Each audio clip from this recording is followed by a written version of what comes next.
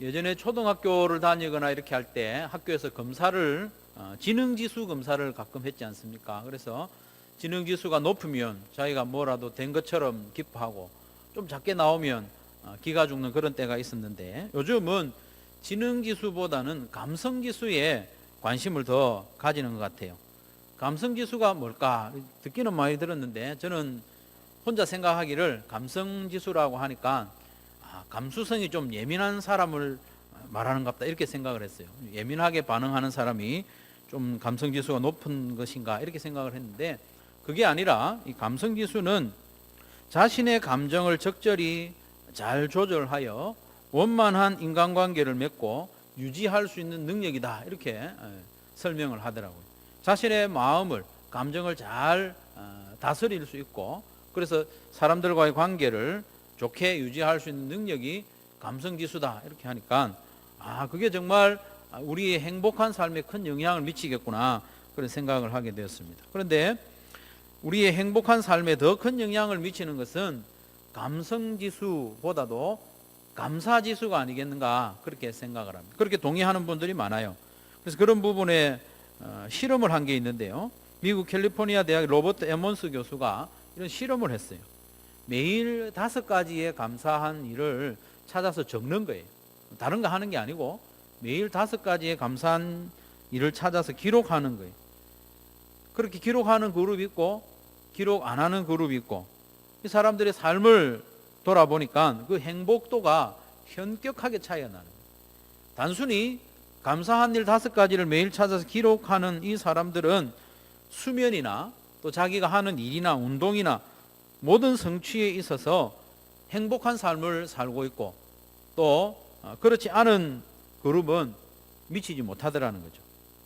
행복은 소유나 음식이나 또 외모나 인기나 이런 것에서 오는 것이 아니라 감사에서부터 온다는 증거가 되는 것이죠. 그러면 도대체 감사지수란 뭘까? 나의 감사지수를 어떻게 측정해 볼 수 있을까? 그건 저도 몰라요. 감사지수를 어떻게 측정하는 방법을 이렇게 공식적으로 개발한 건 없는데요, 그래서 저 혼자 생각을 해봤어요. 우리가 하루를 살아가노라면 여러 가지 상황을 만나고 또 사람도 만나게 되는데, 우리가 똑같이 하루 동안에 100명을 만나거나 100가지 상황에 처한다고 칩시다. 그럴 때 우리 100가지 상황 가운데서 나는 몇 가지 정도에서 감사를 하는가, 그런 걸 따져보면 우리의 감사지수가 좀 예측이 될 수 있지 않겠나 싶습니다. 어떤 사람은 아침에 잠을 깨는 순간부터 짜증으로 시작하는 분이 있어요. 더 자고 싶은데 깨운다고 짜증을 부리고, 어떤 사람은 눈을 떠서 하루를 맞이하는 것이 감사하고 감격하는 마음으로 시작하는 분이 있습니다. 똑같은 음식을 앞에 두고도 어떤 사람은 감사하면서 먹는데 어떤 사람은 깨작깨작하면서 짜증 부리는 그런 경우도 있죠. 아이가 놀아달라고 하는 요청을 할 때면 어떤 사람은 감사하는 마음으로 아이에게 응대하는데, 어떤 사람은 피곤한데 이렇게 짜증으로 대하는 사람도 있죠. 그래서 우리 가운데는 웬만해서는 감사하지 않는 분들이 있어요. 고집이 있죠. 고집이. 웬만해서는 감사하지 않는 성격을 가진 분은 웬만해서는 행복한 삶을 살 수가 없어요. 그리고 웬만한 상황과 웬만한 사람에 대해서 감사하는 사람은 그 행복한 삶을 계속 유지할 수 있습니다. 같은 상황이지만 내 마음의 선택에 따라서 감사할 수도 있고 불평할 수도 있습니다. 그래서 이 감사하는 사람은 행복한 삶으로 나아가는 것이고, 불평하면 점점 불행한 삶으로 나아가게 되는 것이죠. 그러면 사실 우리가 감사하는 삶을 사는 게 쉽지는 않습니다. 저도 가만 보면 감사를 그렇게 많이 하는 것 같지는 않아요. 그럼 우리의 감사를 방해하는 것이 뭘까? 여러 가지가 있을 수 있죠.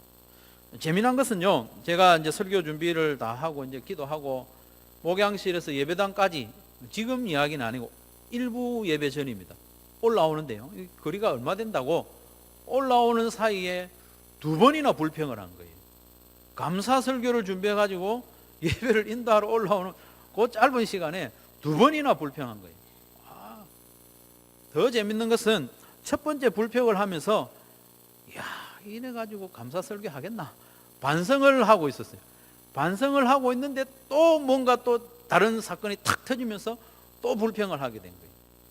그래서 저를 반성하면서 올라왔습니다. 감사하는 게 참 어려워요. 그러면 우리로 하여금 감사하는데 어떤 것이 주로 방해가 되는 것인가? 여러 가지가 있겠지만 여러분 어떤 게 있겠습니까? 가장 대표적인 것이 비교하는 것 같아요. 다른 사람하고 비교하는 비교의식. 다른 사람하고 비교하기 시작하면 감사는 물 건너갑니다. 그런 경험들 있지 않습니까? 내가 나름대로 뭔가에 감사하고 있는데 옆에 사람을 탁 보니까 갑자기 그냥 불만이 생기는 거예요. 그런 경우가 많습니다. 자녀에 대해서도 우리 자녀가 잘한다 이렇게 예쁘고 감사하다가도 옆집 아이를 딱 보는 순간 이게 감사가 안 되는 거예요. 비교하기 시작하면 감사는 물 건너갑니다.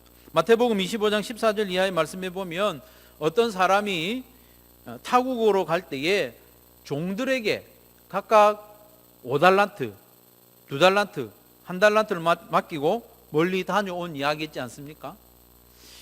그 이야기 보면 1달란트는 6,000데나리온이라는 거예요. 복잡하지만 1데나리온은 남자 장정이 하루 종일 일해서 받는 일당이라고 보면 됩니다. 그래서 1데나리온은 작은 돈이 아니에요.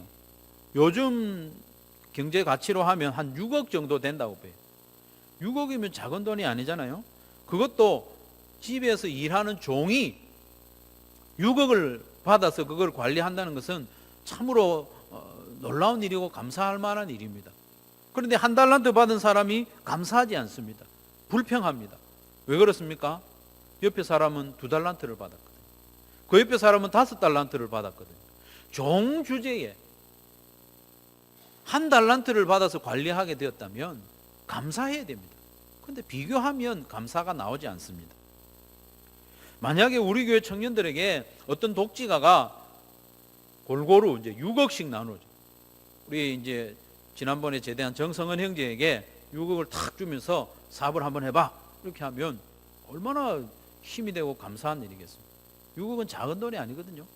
근데 감사하다가 옆에 있는 사람 보니까 12억을 준 거예요. 그러면 감사가 안 되는 거예요. 비교하기 시작하면 우리는 감사할 수 없습니다. 마태복음 20장에도 보면 비슷한 이야기가 나오는데요. 포도원 주인의 비유입니다. 포도원 주인이 일꾼들을 불러가지고 포도원에 일을 시킵니다. 어떤 사람은 새벽 6시부터 와서 12시간을 일하는 거예요. 아침 9시에 온 사람도 있고 12시에 온 사람도 있고 오후 3시에 온 사람도 있고 마지막에 온 사람은 오후 5시에 와가지고 1시간도 일하지 않았어요. 이제 품삯을 나누어주는 시간이 되어가지고 청지기가 가장 먼저 오후 5시에 온 사람에게 1데나리온을 준 거예요. 하루 품삯을 다 준 거예요. 그러니까 먼저 와서 일하던 사람들의 마음은 어떻겠습니까? 이야, 오늘 횡재했다. 적어도 우리는 2달란트나 3달란트나 받을 거다. 이런 기대를 하고 있는데 자기 차례가 되어서 청지기가 달란트를 주는데 약속한 대로 애초에 올 때 1달란트, 1데나리온 주기로 했거든요. 약속한 대로 1데나리온씩을 준 거예요. 그러니까 약속한 대로 받았지만 자기하고 비교해서 일을 적게 한 사람과 똑같이 취급을 받으니까 불만이 일어나고 데모가 일어난 거예요. 성적이나 월급이나 직책이나 사역의 열매나 능력이나 이런 것을 비교하기 시작하면 우리는 감사하지 못합니다. 비교의식이 우리의 감사를 방해하는 것이죠. 그리고 우리의 감사를 방해하는 것 중에 또 욕심이라는 것이 있습니다. 비교의식하고 좀 연관이 되어 있지만 욕심을 가지고 있으면 감사가 안 돼요. 욕심은 만족이 없기 때문에 더 가지기를 원해요. 더 편해지기를 원해요. 앉으면 눕고 싶어요. 다른 사람보다 더 높아지기를 원해요. 예전에는 내가 이만큼만 하면 감사할 수 있을 것 같았는데 거기에 이르렀을 때는 또 욕심이 생겨서 감사가 안 되는 거예요. 러시아의 대문호 톨스토이를 잘 아실 텐데 그분이 많은 글을 썼는데 쓴 단편 중에 사람에게는 땅이 얼마나 필요한가 짧은 글이 있죠. 파홈이라는 어떤 농부가 있었어요. 시골에서 농사 일을 하는 사람인데 하루는 자기 처형인 것 같아요. 처형이 도시에서 방문을 해서 이야기를 하는 중에 이 파홈이라는 농부가 이렇게 자기 이야기를 한 거예요. 우리 농부들은 땅을 벗삼아 살기 때문에 어리석은 유혹에 빠지지 않아요. 도시에 있는 사람들은 욕심도 많고 여러 가지 유혹에 빠지지만 농부인 우리는 뭐 필요한 땅 정도만 있으면 악마가 와서 나를 유혹해도 나는 넘어가지 않아요. 이렇게 이야기한 거예요. 자기는 농부기 때문에 도시에 사는 사람들처럼 욕심이 없다는 거예요. 이 말을 듣고 있던 옆에 있던 악마가 그래? 그럼 내가 한번 시험해보지 해서 이렇게 파홈을 점점 시험하는 거예요. 그 과정 중에 마지막에 1,000루블만 주면, 1,000루블이 우리 돈으로 얼마나 되는지는 잘 모르겠지만 1,000루블만 주면 당신이 하루 종일 걸어 다녀서 이제 돌아온 그 땅을 당신에게 주겠습니다. 그런 계약을 한 거예요. 요즘 관심이 가죠. 여러분 관심 없습니까? 한 1억 내놓고 하루 종일 돌아다니고 돌아오면, 못 돌아오면 안 되고 해질 때까지 돌아오면 그 땅을 당신에게 다 주겠다 하면 우리 뭐 소망이 생길 것 같지 않습니까? 이 사람도요, 귀가 번쩍 해가지고 아침 일찍 일어나서 채비를 하고 땅을 조금이라도 더 차지하기 위해서 부지런히 걸어간 거예요. 갑니다. 돌아가야 되는데, 해지기 전에 돌아가야 되잖아요. 계속 갑니다. 가다 보면 좀 더 좋은 땅이 나오는 거예요. 그럼 더 갑니다. 계속 갑니다. 해가 지려고 하니까 안 되겠구나. 그래서 돌아와야 되니까, 돌아와야 땅이 자기 있게 되니까, 그래서 열심히 돌아옵니다. 숨이 턱 밑에까지 차오르도록 죽을 힘을 다해서 해가 지기 전에 탁 도착을 합니다. 얼마나 잘 됐습니까? 근데 너무 무리를 해가지고 돌아와서 피를 토하며 그냥 죽어버린 거예요. 그래서 일하던 사람이 이 파홈을 땅을 파고 묻어준 거예요. 이 사람에게 딱 필요했던 땅은 얼마입니까? 자기가 묻힐 만한 그런 넓이. 그런데 이것은 남의 이야기가 아니고 바로 우리의 이야기입니다. 우리 안에도 이런 욕심이 딱 자리를 잡고 있습니다. 그래서 만족이 없어요. 감사할 줄 모르고 해가 지기 시작하는데도 불구하고 빨리 돌아와야 함에도 불구하고 조금만 더 가지고 조금만 더 올라가고 조금만 더 편해지고 그러면 내가 감사할 수 있을 것 같고 행복한 삶을 살 수 있을 것 같아서 조금만 더 이렇게 하는 욕심의 삶을 우리가 살고 있지 않습니까? 그래서 감사가 안 되는 거예요. 그리고 우리의 감사를 방해하는 것 중에 우리가 또 쉽게 해결할 수 없는 부분이 뭐냐 하면 육체적인 고통인 것 같아요. 질병이나 굶주림이나 이런 사고, 이런 일들을 통해서 심각한 육체적인 고통을 당하고 있다면 감사하고 싶어도 그게 잘 안 되는 경우가 들어 있을 것 같아요. 이런 고통은 조금 다른 각도로 살펴보아야 할 문제이지만, 그래서 이제 오늘 본문을 중심으로 우리가 감사하는 자가 되는 비결에 대해서 좀 살펴보고자 합니다. 오늘 본문 우리가 함께 읽었는데요, 여러분 이해가 싹 됩니까? 저도요, 이 오늘 본문을 여러 수십 번을 읽었어요. 그러면서 우리 성도들에게 어떻게 설명할 수 있을까? 이게 그림이 안 그려지는 거예요. 왜 그런가 하면 오늘 본문이 상당히 좀 복잡하거든요. 그러면 사도 바울이 골로새 교회에 있는 성도들이 편지를 쓰면서 이 사람들 좀 골탕을 좀 먹이자 싶어가지고 어렵게 이해할 수 없도록 써서 그런 걸까요? 그런 건 아닐 거예요. 당시에 골로새 성도들 이 편지를 받아보면 무슨 이야기를 하는지 쉽게 이해가 될 것이지만 우리하고 골로새 교회 성도들하고는 문화가 달라요. 그리고 또 언어가 다르거든요. 이 골로새서는 헬라어라는 언어로 쓰여져 우리가 보는 한글 성경은 이해하기 어렵습니다.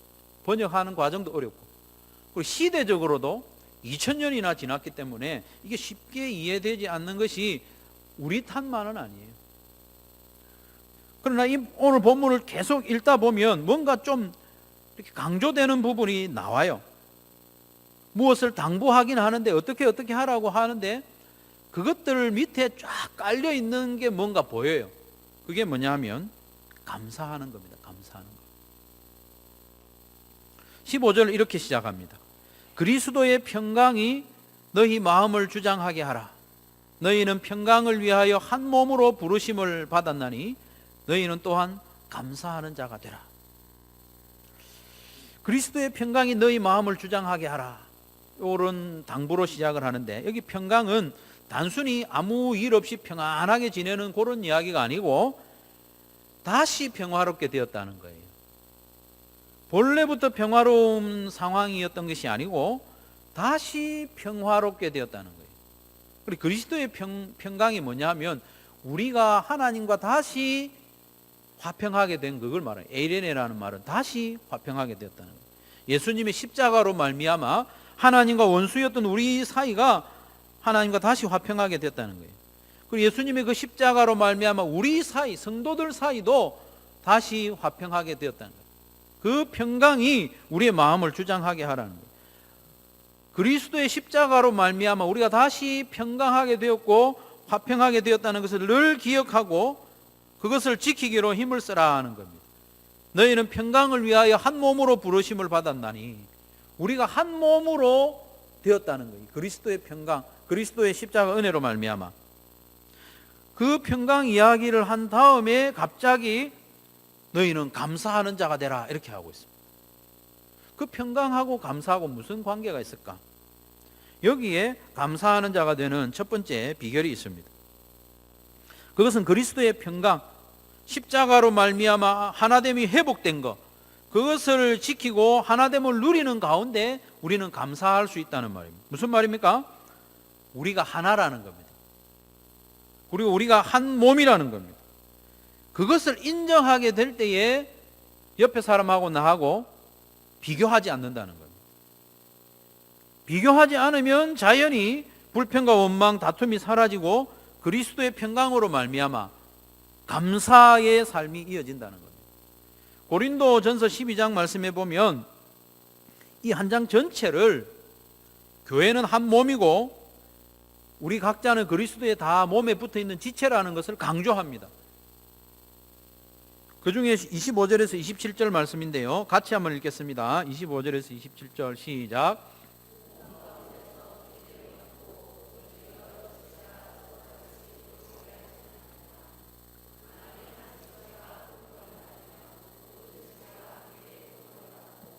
한 지체가 영광을 얻으면 모든 지체가 함께 즐거워하느니라. 너희는 그리스도의 몸이요 지체의 각 부분이라.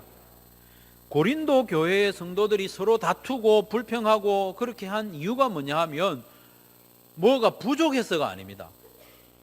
많이 있었어요. 은사에 있어서도 다른 교회와는 비교할 수 없을 만큼 은사가 풍성한 교회가 고린도 교회입니다. 그런데 서로가 한 몸이고 한 지체임을 인정하지 않을 때는 그게 다툼과 불평의 원인이 된 겁니다. 서로가 한 몸임을, 한 지체임을 인정했다면 옆에 있는 지체가 받은 은사, 그것은 원망의 이유가 아니고 감사의 제목이 됐겠죠. 부부간이나 교회 안에 한 지체들 간에 이게 나하고 한 몸이다, 나하고 같이 그리스도께 같이 붙어있는 한 지체라는 것을 인정하게 되면 원망하지 않습니다. 감사하게 되는 것이죠. 성도 여러분, 그리스도의 평강은 십자가로 다시 하나가 되게 하신 하나님의 은혜를 우리가 기억하고 하나됨을 지키는 것을 말합니다. 우리는 다 함께 그리스도에게 붙어있는 지체들임을 인정할 때에 우리는 서로 경쟁하거나 비교하지 않고 감사하게 됩니다. 지체가 잘 된 것이 내 배 아픈 일이 아니고 나에게도 감사한 일이 되는 거예요. 16절에도 보면 감사하는 자가 되는 비밀이 있습니다. 그것은 바로 그리스도의 말씀이 우리 속에 풍성히 거하게 하는 겁니다. 16절 말씀을 보시면 그리스도의 말씀이 너희 속에 풍성히 거하여 모든 지혜로 피차 가르치며 권면하고 시와 찬송과 신령한 노래를 부르며 감사하는 마음으로 하나님을 찬양하라. 16절 말씀도 상당히 뭔가 좀 복잡해 보입니다. 분사들이 사용되면서 이게 어디서 끊어야 되고 뭐가 구분되는 건지 상당히 어렵습니다. 그러나 15절과 좀 비슷한 맥락인데요, 15절에서는 그리스도의 평강이 너희 마음을 주장하게 하라 했습니다. 16절에서는 그리스도의 말씀이 너희 속에 풍성히 거하게 하라. 그리스도의 말씀이 성도들 속에 풍성히 거하게 되면 모든 지혜로 피차 가르치며 권면하는 일이 가능해진다는 거예요. 다른 사람에게 뭔가 가르치고 권면하는 것은 쉬운 일이 아닙니다, 여러분. 그것도 피차, 서로 간에 일방적으로 가르치는 것도 어려운데 서로 가르치고 권면하는 일은 대단히 위험하고 어려운 일입니다. 그리고 이어지는 말씀에 보면 그리스도의 말씀이 성도들 속에 풍성히 거하면 하나님께 대해서 시와 찬송과 신령한 노래를 부를 수 있게 되는 거예요. 시와 찬송과 신령한 노래를 각각 나누어서 어떤 특징이 있고 그렇게 설명하는 것은 크게 중요하지 않습니다. 하나님께 대하여 시와 찬송과 신령한 노래를 부를 수 있게 되는 거예요. 그리고 이어지는 말씀에 보면 그리스도의 말씀이 성도들 속에 풍성히 거하게 되면 감사하는 마음으로 하나님을 찬양하게 된다는 거예요. 이 말씀들을 정리를 하면 하나님의 말씀, 그리스도의 말씀이 성도들 속에 풍성하게 되면 기본적으로 하나님께 감사하게 되는 거예요. 하나님께 감사하는 마음 그것을 유지하면서 성도들이 피차 서로 가르치고 권면할 수 있는 거예요. 그리고 감사하는 마음이 바탕이 되어서 하나님께 시와 찬송과 신령한 노래를 부르게 된다는 겁니다. 이 감사가 기본에 깔려 있는 거예요. 15절에서 말한 그리스도의 평강이 예수님의 십자가 사건에 초점이 맞추어져 있다면 16절에 나오는 그리스도의 말씀은 구원 역사 전체를 아우르고 있다는 그런 것을 좀 기억하면 좋겠습니다. 그래서 그리스도의 평강은 우리를 하나님과 화평하게 하고 또 다투던 성도들 간에 서로 화목하고 하나 되게 하는 그런 십자가의 사건이라는 거예요. 그리스도의 평강은. 그런데 그리스도의 말씀은 이 놀라운 사건이 어떻게 준비되고 어떤 과정을 통해서 우리에게 왔는지, 우리가 어떻게 그 그리스도의 평강을 누리게 되었는지, 그 모든 과정, 구원의 과정을 그리스도의 말씀이 우리에게 다 가르쳐 주게 되는 거예요. 그렇기 때문에 그리스도의 말씀이 우리 안에 풍성하면 할수록 감사하지 않을 수가 없어요. 예수님의 십자가 그 사건도 감사하지만 그 십자가 사건을 위해서 하나님이 어떻게 준비해 오셨는지 그것을 알게 되면 알게 될수록 우리의 감사는 풍성하게 되는 것이죠. 쉽게 말하자면 그리스도의 평강은 우리가 맛있게 먹는 흰 쌀밥 한 그릇과 같습니다. 그 밥을 먹을 때 우리의 배가 부르잖아요. 그 밥을 먹어서 우리의 생명이 유지되잖아요. 그 밥이 대단히 중요합니다. 그런데 그리스도의 말씀은 그 한 그릇 맛있는 쌀밥이 있기까지 어떤 과정이 있었고 얼마나 세월이 지났는지를 설명해 주는 것이 그리스도의 말씀입니다. 그 한 그릇 쌀밥을 우리 앞에 있기까지 농부가 얼마나 수고를 많이 했습니까? 더위를 무릅쓰고 일하고 피도 뽑고 물 대주고 이 벼는 자라기까지 바람에 시달리고 가뭄에 시달리기도 하고 그런 과정이 있습니다. 아빠는 그 마트에 가서 20kg짜리 쌀 그 무겁게 들고 오는 수고도 있고 엄마는 그 밥을 맛있게 하기 위해서 헌신하는 그런 과정에 의해서 한 그릇 쌀밥이 내 앞에 있는 겁니다. 그 밥을 먹고 내 생명을 유지하지만 그 밥이 있기까지 얼마나 많은 과정이 있었는가를 알게 되는 것은 또 다른 문제죠. 그 과정을 알면 알수록 이 한 그릇 밥을 앞에 놓고 감사가 더 풍성해지는 겁니다. 예수 그리스도의 십자가로 말미암아 우리가 살았지만 하나님과 화평한 관계가 회복되었지만 이 십자가가 있기까지 하나님은 얼마나 오래 참고 얼마나 많은 준비를 해왔으며 그 예수님 사랑하는 아들을 십자가에 내어주는 그 희생까지 하셨다는 것을 우리가 알게 될 때에 그리스도의 말씀을 통해서 우리가 알게 될 때에 우리는 시와 찬송과 신령한 노래들을 감사의 그릇에 담아서 올려드릴 수가 있게 되는 것입니다. 사랑하는 성도 여러분, 그리스도의 말씀이 우리의 마음속에 풍성이 거하도록 해야 합니다. 우리의 감사가 부족한 것은 배가 고파서 그런 게 아닙니다. 좋은 옷이 없어서 그런 게 아닙니다. 집이 시원찮아서 그런 게 아닙니다. 우리에게 감사가 빈약한 것은 그리스도의 말씀이 우리 속에서 풍성하지 않기 때문입니다. 그리스도의 말씀이 풍성하면 우리는 어떤 상황에서도 어떤 형편에서도 감사할 수 있습니다. 하나님이 우리를 향하여 얼마나 큰 사랑을 가지고 계시는지, 우리에게 얼마나 오래 참아주셨는지 그걸 알게 되면 감사할 수 있게 되는 것입니다. 그걸 알게 되면 우리는 다른 욕심을 내려놓을 수 있게 되는 겁니다. 그리스도의 말씀이 우리 속에 풍성히 거하지 않기 때문에 우리는 다른 욕심을 부리고 이걸 더 가져야 감사할 수 있을 것 같은 그런 인생을 살게 되는 것이죠. 17절에도 보면 감사하는 자가 되는 비결이 있습니다. 또 무엇을 하든지 말이나 일이나 다 주 예수의 이름으로 하고 그를 힘입어, 예수님을 힘입어 하나님께 감사하는 자가 되라. 이 말씀도 문장 구조상 보면 상당히 좀 어렵습니다. 예수님을 힘입어 하나님께 감사하면서 말이나 일이나 다 예수님의 이름으로 하라, 이런 말이거든요. 감사가 깔려 있습니다. 무엇을 하든지 감사가 기본이 되라는 말이에요. 15절에서는 그리스도의 평강으로 인하여 감사하는 자가 되라고 하였고, 16절에서는 그리스도의 말씀으로 인하여 감사하는 사람이 되라고 하였고, 17절에서는 그리스도 예수 그분을 의지하여서, 그분을 통하여서 감사하라고 말씀하고 있습니다. 결론적으로 우리가 감사하는 자가 될 수 있는 비결은 오직 예수님께 있습니다. 예수님께 초점을 맞출 때에 감사할 수 있습니다. 다른 데 초점을 맞추면 감사할 수가 없습니다. 그리고 혹시 견디기 힘든 육체적인 고통 가운데 있는 분들은 참 감사하기가 쉽지 않습니다. 감사해야 하는 걸 마음에는 알지만은 잘 되지 않습니다. 그런 분이 있다면, 또 혹은 정신적으로 아픔과 고통으로 인하여서 감사하기 힘든 분이 있다면 그런 분들은 예수님께 직접 요청하십시오. 예수님께 도움을 구하십시오. 예수님이 도와주실 겁니다. 그렇게 할 때에 예수님의 도우심으로 우리가 감사하는 사람이 될 수 있는 것입니다.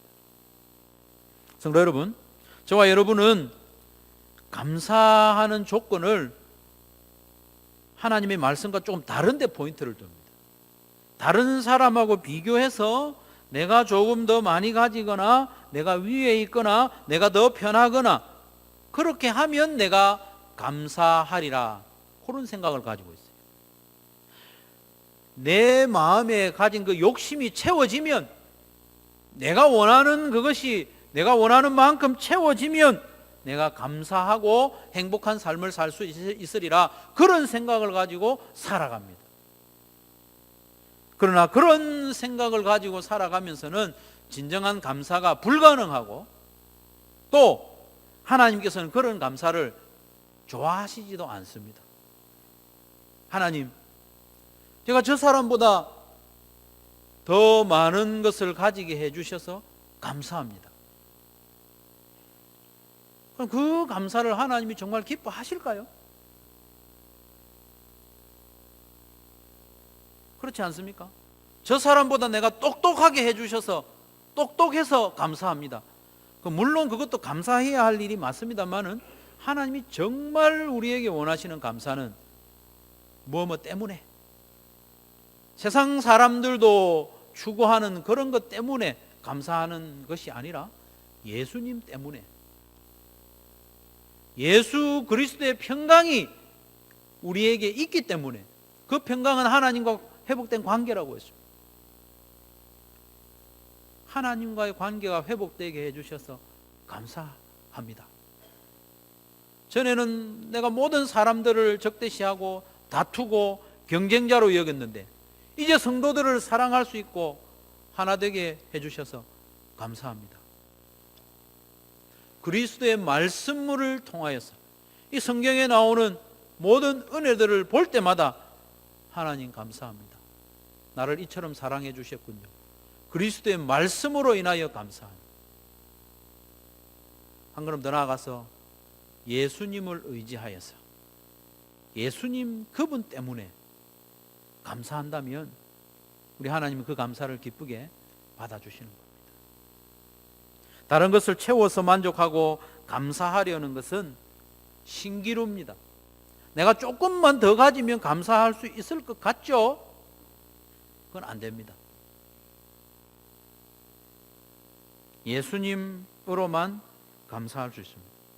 예수님의 평강으로, 그리스도의 말씀으로, 예수님 그분으로 만족할 때에 진정한 감사를 하나님께 올려드릴 수 있습니다. 예수님이 우리를 위하여 행하신 많은 일들과 특별히 십자가 은혜, 무엇보다도 십자가에 달리신 그 예수님 그분으로 인하여 만족하고 감사하는, 그래서 감사하는 자가 되는 저와 여러분 되시기를 주님의 이름으로 축원합니다.